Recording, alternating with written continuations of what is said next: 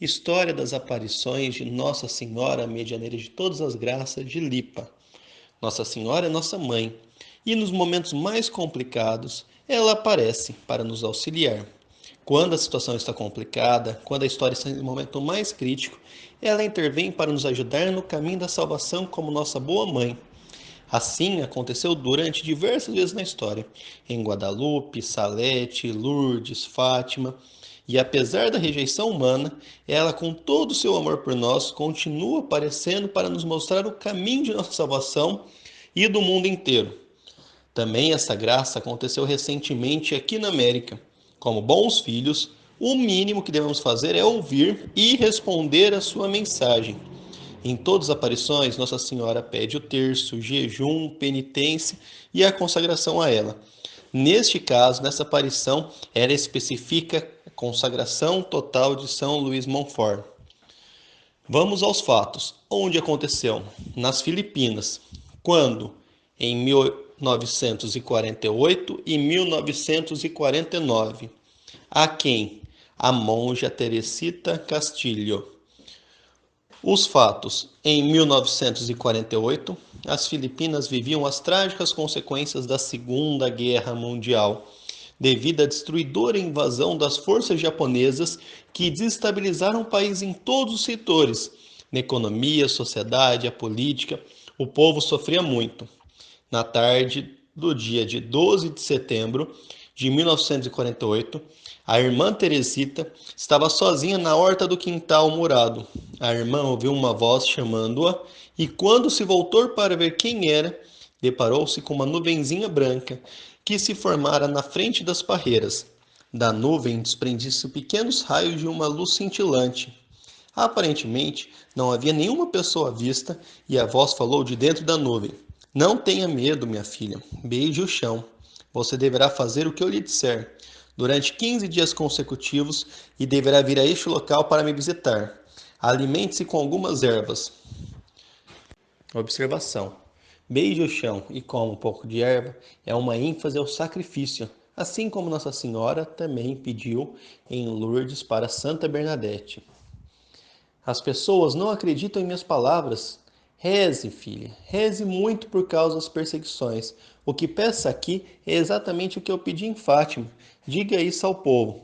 Na segunda-feira, dia 13 de setembro de 1948, às 17 horas, Teresita retornou ao local e, ajoelhando-se, rezou a Maria. As folhas do arbusto novamente fremiram. De repente, surgiu à sua frente uma bela senhora. Ela sorria e tinha as mãos postas em posição de oração e um terço dourado na mão direita. Trajava um vestido branco e uma faixa cingia-lhe a cintura. Os pés descalços estavam pousados sobre uma nuvem a 50 centímetros do chão. Seja fiel e venha aqui, mesmo se estiver chovendo, disse a bela senhora. Foi imediatamente após a aparição, em 3 de setembro, que ocorreu um fenômeno notável. O dia estava claro, mas os ventos fustigavam as árvores e os arbustos na vizinhança. Depois da aparição, pétalas de rosa começaram a cair de algum ponto do céu claro no quintal e em outras partes fora do convento. A chuva de pétalas.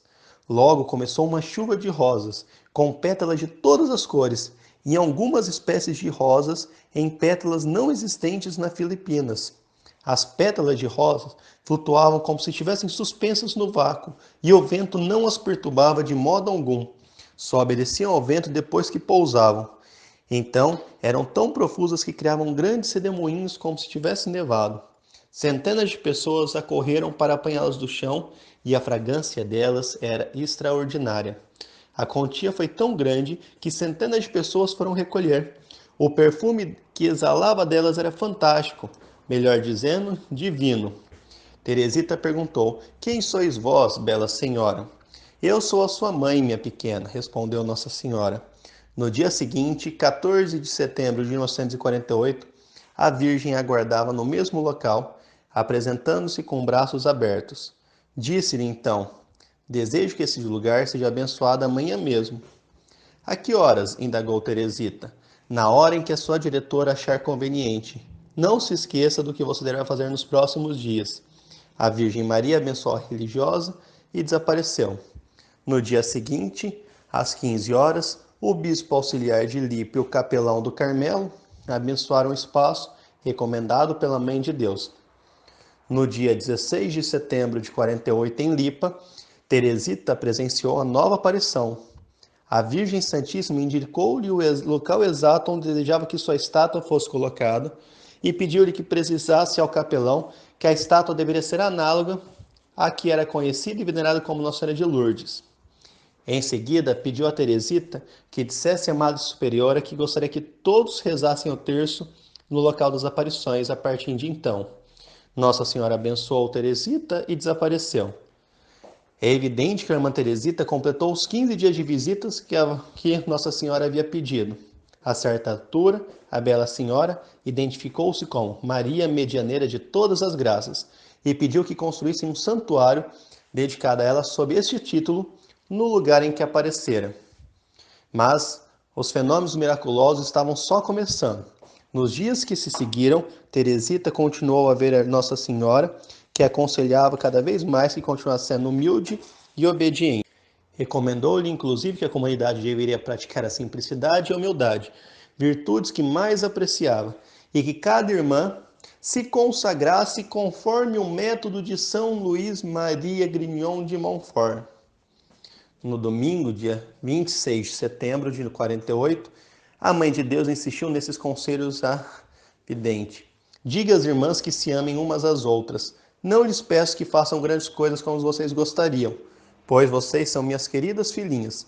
Não se esqueçam de se consagrarem a mim.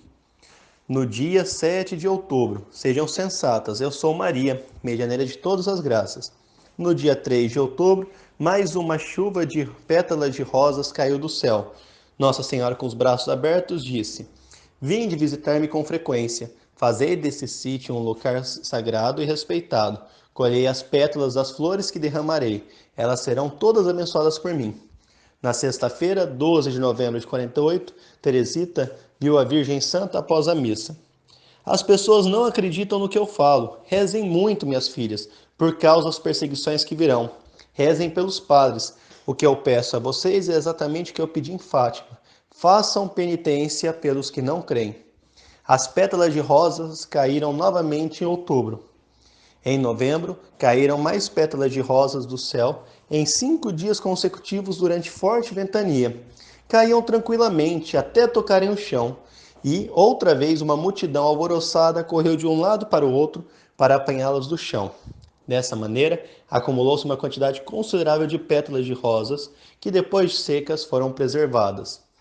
Naturalmente, as pétalas de rosa foram tidas em alta estima depois que ocorreu a notícia da aparição.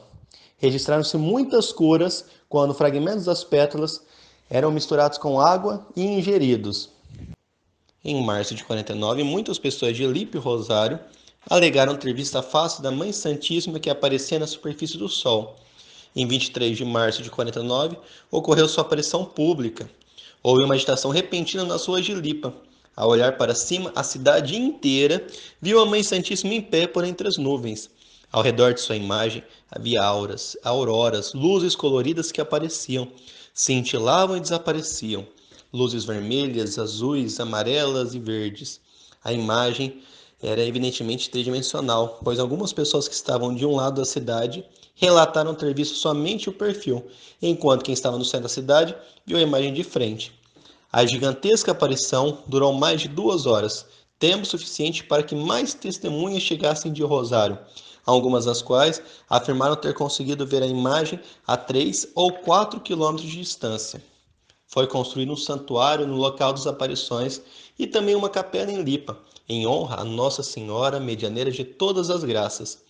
Pétalas de rosas, encerradas em invólucros de plástico, foram enviados a todas as partes do mundo. Curas. Algumas curas foram lembradas, como a da Melania Maria Sunga, uma garotinha de 8 anos que sofria de invalidez, devido à deformação do pé direito. Edmundo Abaia, tio da mesma menina, havia esfregado o pé danificado com água que conservava numa pequena garrafa que havia de ser colocada durante toda a noite aos pés da estátua de madeira da Virgem Santíssima, que ficava numa nova capela. No dia 6 de dezembro de 48, um relatório oficial foi transmitido a Monsenhor Versosa, bispo de Lipa. O prelado abençoou o lugar, nomeou uma comissão de inquérito e declarou que a Virgem Maria era a fonte da chuva de rosas que descera do céu. Nossa Senhora tornou a aparecer a Teresita e disse: Desejo que vocês coloquem minha estátua nesse jardim para fazer deste pequeno espaço um local de oração. Diga às outras irmãs que elas devem crer no que eu estou a dizer, para que não percam a graça que quero lhes dar. Eu abençoarei toda a comunidade, minha filha. Que nós também possamos aceitar o pedido feito por Nossa Senhora em Lipa, aceitá-la como medianeira de todas as graças, saber que por ela escorrem todas as graças que são derramadas por Deus até nós, saber que ela é o meio que temos para a santificação, aceitar o seu pedido, fazer a consagração que foi tão fortemente pedido por ela, consagração segundo o método de São Luís Maria de Montfort, uma consagração total de entrega e de renúncia a ela. Também devemos aceitar os seus pedidos, o pedido do terço e o pedido do sacrifício. Que nós saibamos aproveitar essa grande graça. Nossa Senhora veio até nós nos indicar o caminho de salvação. Assim como nossa mãe nos deu esse pedido, que como bons filhos saibamos seguir da melhor forma possível esses conselhos amorosos maternos.